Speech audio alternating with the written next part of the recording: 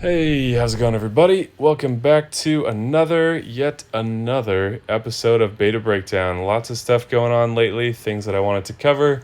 Some of it is just covering things that I haven't talked about in a while. We've got some new heroes here from the Construct family. I had kind of stopped keeping up with this because there were just so many new heroes that I felt like it was overwhelming people to keep talking about them. If you're getting frustrated with empires and puzzles, let me just say that Gemstone Legends probably has the things you're looking for. They have a mercy system that guarantees a legendary hero after a certain amount of pulls, and we're not just talking about a weak legendary hero from a pre-selected list. They have a wish list that you can put any hero in the game on to boost your chances of pulling that specific hero. They take into account player feedback, and many of the changes that have gone live in the game were based on player feedback or were player suggestions to begin with. They're even going to give you a free $50 starter bonus just for downloading from one of the links in the description. And if the earlier stuff somehow wasn't enough, you can be a hero in wars even just using rare heroes only. They have tons of events that allow you to earn free 10 pulls and other very usable high value stuff. Gemstone Legends really has a lot going for it, so come check it out if you're curious to see why tens of thousands of people have left Empires and Puzzles to come play. If you feel differently and you still enjoy these videos where I talk about upcoming heroes and give my thoughts on them, maybe it helps you prioritize where to spend gems, if any. Perhaps there's other benefits that you feel exist in these videos that I'm not thinking of either. So please do go leave a comment and a like on this video if you feel like this is something you want to see more of. I'm happy to make the videos that you guys want to see. I just felt like, man, who wants to see more new hero videos? There are so many new heroes. However, maybe you feel differently, and I want to hear from you if that is the case. So there are a total of, interesting that they write 5 and then they put 7 in parentheses. There are a total of 7 new heroes added to beta for testing. 1 epic, 1 rare, kind of the bare minimum that they've been doing lately there, and 5 new legendary heroes. They seem to be pushing a lot more average heroes in the game lately, with just select fast and slow speed heroes, which is interesting. A lot of very powerful average speed heroes. But again, due to mono breakpoints, those are just harder to use, and sometimes you're just waiting on that third match that never comes. But with these construct heroes, the passive is very good. So each one has a construct core that fills up when you fire your special skill. It then depletes however much of the core has filled, and there's different effects to that. So let's take a look at these heroes. Members of this family have a construct core. Is charged each time the character receives damage for normal attacks or special skills. Okay, so let's quickly take a look at these 5 new 5 stars, 1 epic and 1 legendary. First up is Frond. Jeez, these stats are wild. Okay, and this talks about the different cores too, so we can go over that. Attack 945 with over 900 defense is just ridiculous. HP 1615, we have a fast green ranger. Construct core of this character is destructive, with a fully charged destructive core, deals 180% damage to all enemies. The damage is scaled by the amount of charge in the core. Okay, it doesn't explain how it's scaled, but it's bonus damage and it's quite substantial. Oh, fully charged is 180, so it scales down from there as the core is less full, but an extra 180% damage is significant considering heroes like Costume Catalan. Many of these fast or potentially even average speed heroes don't deal quite that much damage, so that is significant on top. And we're just crazy with the hit 3 damage these days. Deals 355% damage to the target and nearby enemies. Deals extra 600 damage if the target has boosted health. All allies' normal attacks and special skills deal plus 70% damage against targets with boosted health for 3 turns. All allies get plus 86% defense against fire for 3 turns. Jeez. They really created the boosted health meta, and now they're selling you the cure. Interesting. There's a lot of stuff going on for fast speed. That's kind of ridiculous. starting with just the damage, but extra 600 damage is nearing what could be double damage. Yeah, I wonder what's going to come after boosted health, because they're really cutting down the effectiveness of boosted health in so many different ways. So they're plotting their new meta, it seems like. And then plus 70% damage on follow-up hits against boosted health. Pretty crazy. That's quite strong. Wow. All right, Hornfell. Oof. Whoa. It feels symbolic that they held the defense at 999, because this would be the first ever hero we've ever seen to have a base defense anywhere near this. And it's kind of funny that they went one shy, because that one is not going to make any difference except for visually. Kind of like how we make prices $14.99 because it feels like less than 15, even though it's only 1 cent less. Attack 912, defense 999, HP 1582, average speed red barbarian, destructive core again. Skill bulwark charge, deals 535% damage to the target and minor damage to nearby, knocks down enemies. This has a different effect based on the team of this character. What? Knocks down enemies. This has a different effect. We've never seen knocks down before, so this has a different effect based on the team of this character. Attack team. Okay, I guess offense versus defense. They're confusing me with the attack and defense, but the target and nearby enemies have their normal attack delayed. Interesting. You can push back slash attacks. That is extremely powerful. More unique than powerful. Not a ton of damage there unless there are attack boosts or crit boosts on the defending heroes, but very interesting. Solid damage to begin with. Crazy stats.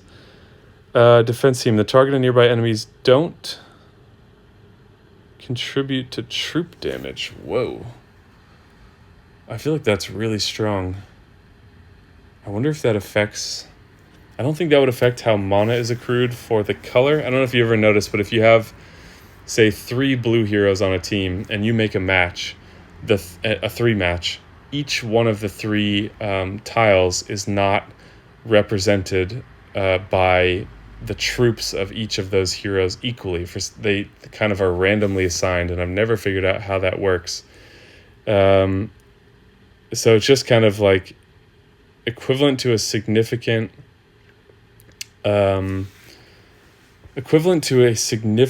attack decrease, because this is going to just drop down the damage significantly. There's a lot of unique stuff going on in here, which is really hard to understand. I used to be really excited about the unique specials, and to some degree I still am, until they started just churning out endless overpowered heroes, or heroes that are just too strong, in my opinion, in terms of prioritizing balance. So very unique stuff there. Let me know your thoughts on this, or if you're in beta and have tested this, do share your thoughts below as well. Keep us informed. All right, Nautica. Trademark infringement. Attack 947, defense 947. Unbelievably high. That's wild. I mean, you used to not even be able to get stats that good, not even that long ago, with full emblems and limit break. And now it's base stats. That's wild. A average speed blue wizard, repair core, fully charged, boosts health by 25%. All right, if only we knew how it's scaled, but that just gives you the basic understanding of how strong it can be. Pathfinder's Compass deals 310% damage to the target and nearby.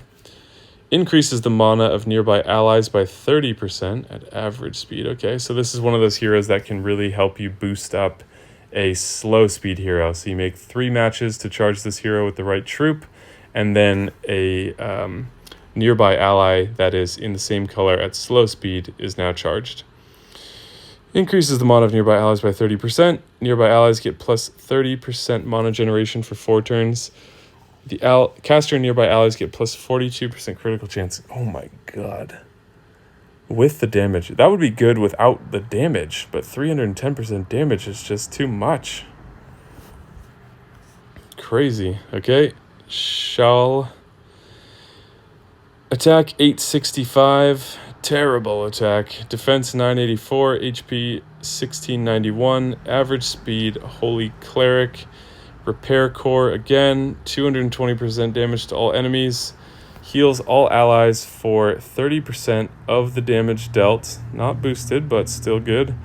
All holy allies receive all strong damage as regular damage for 3 turns.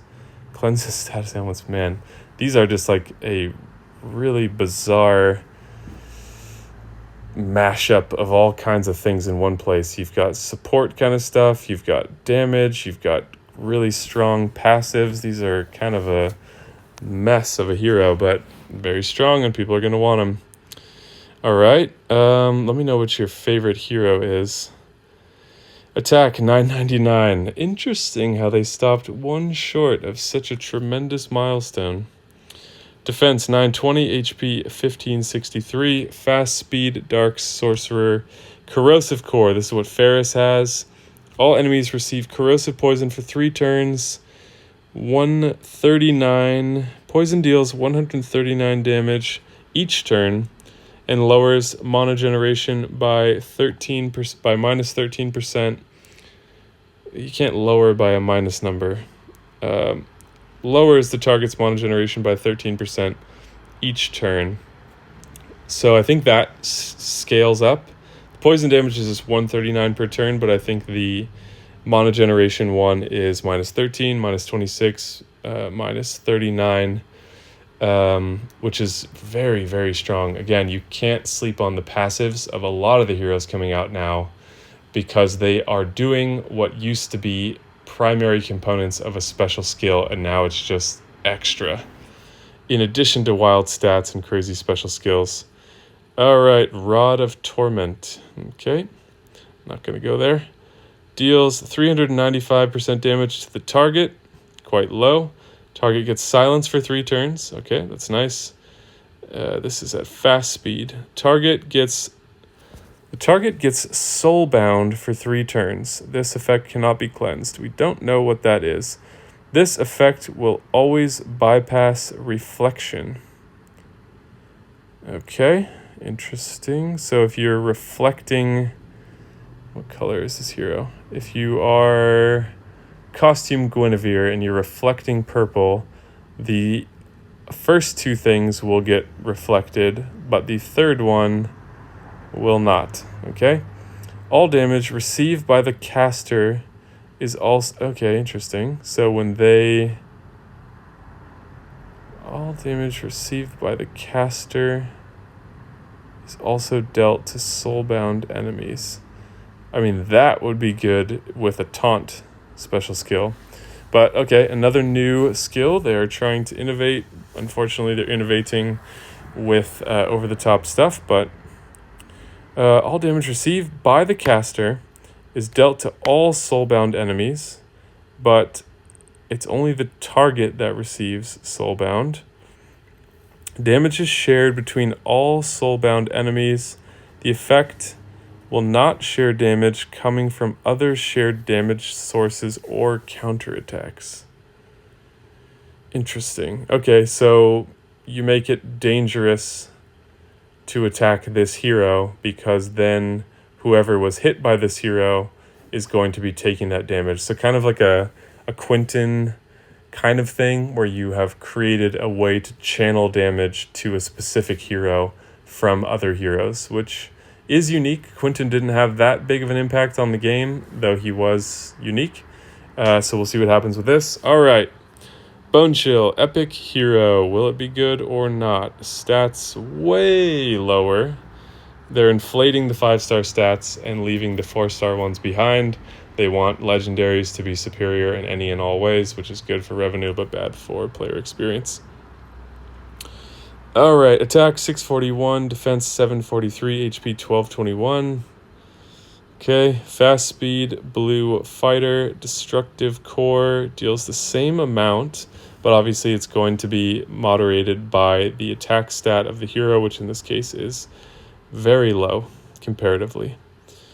Okay, Frost and Ryme. Don't know what that is.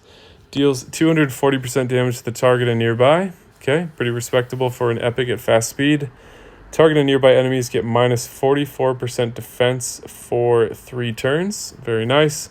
Caster and nearby allies get plus 86% defense against nature for 3 turns.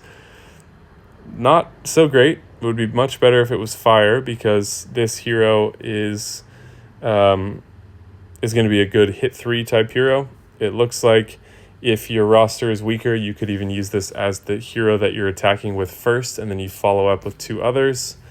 But if you're using a blue stack, you're probably fixated on red heroes.